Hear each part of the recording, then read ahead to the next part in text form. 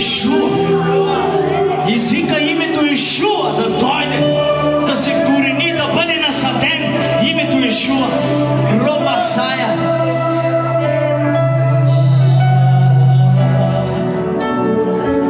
Колко сме тук, за да почетеме Святия Дух.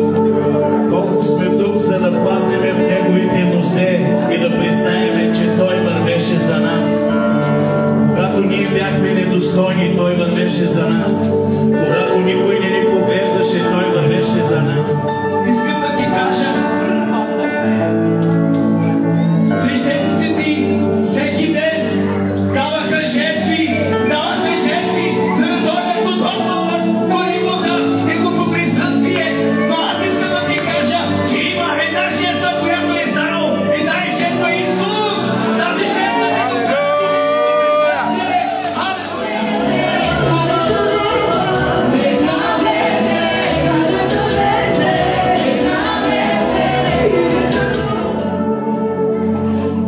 Ти си храм на любовта.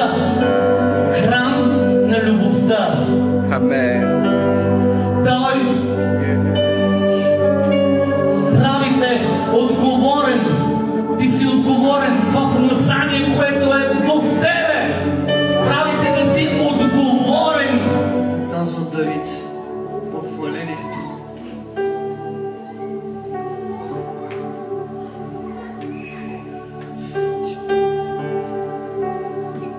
Чашата ми е преливаща. Халелуя. Чашата ми е преливаща.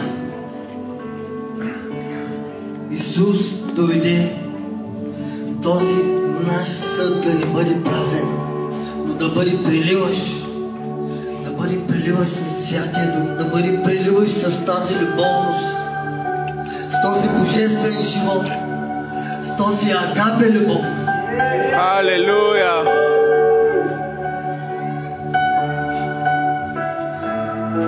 И знаете ли, мярата, която Той излява в живота ни, е преливаща. Защо е преливаща? Тя е преливаща, за да можеш чрез тебе да тече към останалите. Amen. За среща с Него. Затова ние сме тук на това място, не понеже, че ние сме намерили Бога, понеже Той намери нас. Понеже Бог казва, не вие избрахте мен, а аз избрах вас. И все още днес Бог пита на целия свят, къде си? Къде си?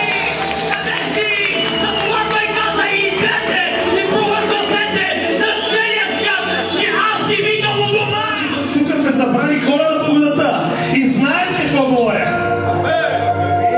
Така че Бог каза, не ще възстанови Моисеевата скиния, а Давидовата скиния, която знаеш ли какво беше там? По времето на Моисей скинията, всичко там си беше подредено, наредено, не може да се приближиш дори ковчега на завета, никой не може да се приближи. Някой ако беше се приближавал, той моментално умираше. Нали така?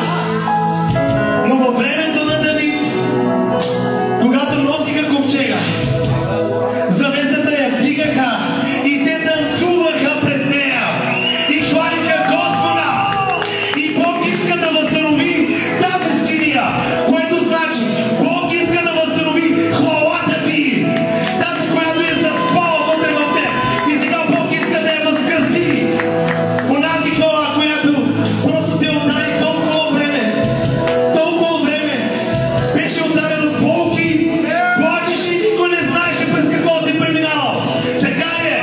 Нямаше сили да се молиш, няма сили да се храниш, не знаеш дали да отвориш Библията, къде да четеш, не знаеш коя проповед да слушаш, колко заседям успеха да слушам, не знам какво да направя, но състоянието си дълбоко вътре в теб, дори без думи. Ти си казваше, Господи, уповавам се на теб. По всякакъв начин благословението ще стигне до теб. Защо? Защото Неговият глас е глас на хиляди плоди. Алелуя! Съгласен ли си? Нека се изправим сега. Приготви твоето